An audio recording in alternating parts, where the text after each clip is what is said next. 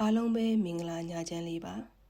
ARD Midnight Horror Channel မှာပြန်လည်ကြိုဆိုပါရစေ။ယနေ့ညမှာတော့နာမည်ကြီး Dear Love Pass ဖြစ်ရမှန်တပုတ်အကြောင်းတင်ဆက်ပေးသွားမှာပါ။1959ခုနှစ်အလွန်အေးတဲ့ရုရှားနိုင်ငံရဲ့တောင်တန်းဒေသတစ်ခုမှာ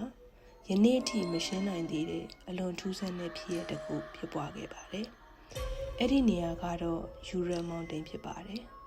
အဲ့ဒီခီးကိုဦးဆောင်သူကတော့တက္ကသိုလ်ကျောင်းသားတစ်ယောက်ဖြစ်တဲ့ Eagle Dialog ဖြစ်ပါတယ်။ Eagle နဲ့အတူတောင်တက်သမား9ယောက်ဟာခက်ခဲတဲ့တောင်တက်ခီးတစ်ခုကိုစတင်ခဲ့ကြပါတယ်။သူတို့ရဲ့ရည်ရွယ်ချက်ကတော့ Auto Tan လို့ခေါ်တဲ့တောင်ကိုတက်ရောက်ဖို့ဖြစ်ပါတယ်။ခရီးအစပိုင်းမှာတော့အရာအလုံးကအဆင်ပြေခဲ့ပါတယ်။သူတို့ဟာနေ့တိုင်းဓာတ်ပုံတွေရိုက်ပြီးခရီးမှတ်တမ်း diary တွေလည်းရေးခဲ့ကြပါတယ်။ဒါပေမဲ့ February 1 ရက်နေ့ညမှာတော့အရာအလုံးဟာပြောင်းလဲသွားခဲ့ပါတယ်။အဲ့ဒီညမှာ Dear Love အဖွဲ့ဟာနှင်းဖုံးနေတဲ့တောင်တန်းပေါ်မှာသူတို့ရဲ့တဲကိုတည်ဆောက်ပြီးအနားယူခဲ့ကြပါတယ်။အပူချိန်ကတော့အနှုတ်30ဒီဂရီစင်တီဂရိတ်လောက်အထိအေးခဲနေခဲ့ပါတယ်။အဲ့ဒီညမှာအတိအကျဘာဖြစ်ခဲ့လဲဆိုတာကို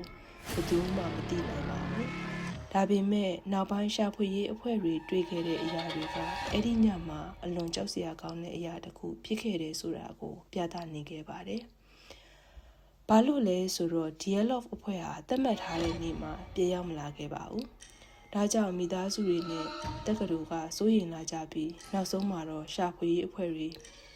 ဆေးလွတ်ခဲ့ကြပါတယ်။ရက်အနည်းငယ်ကြာပြီးတဲ့နောက်သူတို့ဟာတောင်ပေါ်မှာ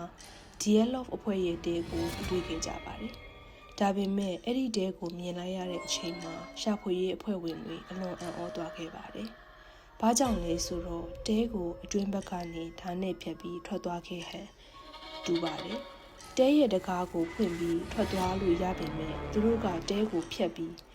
ထွက်သွားခဲ့ကြတာပါ။ပိုကြောက်စရာကောင်းတာတစ်ခုကသူတို့အများစုဟာဖက်နှက်တောင်မစီးပဲနှင်းထဲကိုထွက်ပြေးသွားခဲ့ကြဟန်တူပါတယ်။ဘာကြောင့်လဲဆိုတော့တဲထဲမှာဖက်နှက်အများအပြားကျန်ရှိနေတာကိုတွေ့ခဲ့ကြရပါတယ်။တဲနာကနေခြေရာတွေကိုလိုက်ကြည့်တော့တောထဲဘက်ကိုသွားနေတဲ့ခြေရာတွေကိုတွေ့ခဲ့ပါတယ်။မကြခင်မှာပဲတစ်ပင်တစ်ပင်အောက်မှာလူ2ယောက်ရဲ့အလောင်းကိုစပြီးတွေ့ခဲ့ပါတယ်။သူတို့ဟာမီးဖို့လုပ်ဖို့ကြိုးစားခဲ့တယ်လို့ထင်ရပါတယ်။ဒါပေမဲ့အလွန်အေးလွန်းတာကြောင့်သူတို့ဟာခဲပြီးတည်ဆုံသွားခဲ့ကြပါတယ်။နောက်ထပ်အလောင်းတွေကိုလည်းတဖြည်းဖြည်းရှာဖွေတွေ့ရှိခဲ့ကြပါတယ်။အချို့လူတွေရဲ့အလောင်းတွေမှာအလွန်ပြင်းထန်တဲ့ဒဏ်ရာတွေရှိနေခဲ့ပါတယ်။အလောင်းတစ်လောင်းရဲ့ဦးခေါင်းခွန်ကပျက်စီးနေခဲ့ပါတယ်။နောက်တစ်လောင်းကတော့ရင်ဘတ်ကိုဖိနှိပ်ကြေမွထားခဲ့ဟန်တူပါတယ်။အထူးသဖြင့်အလောင်းတစ်လောင်းရဲ့ရှာက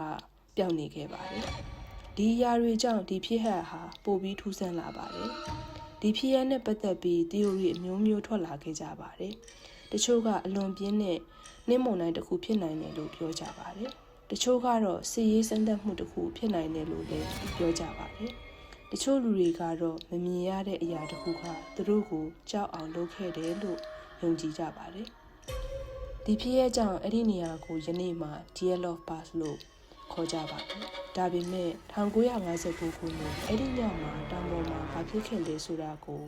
ယနေ့အထိဘယ်သူမှတိတိကျကျမသိနိုင်သေးပါဘူး။ဇလန်းလေးကတော့ဒီမှာရင်ပြီးဆုံးသွားပါပြီ။အဆုံးအထိနားထောင်ပေးလို့အားလုံးကိုကျေးဇူးတင်ပါတယ်။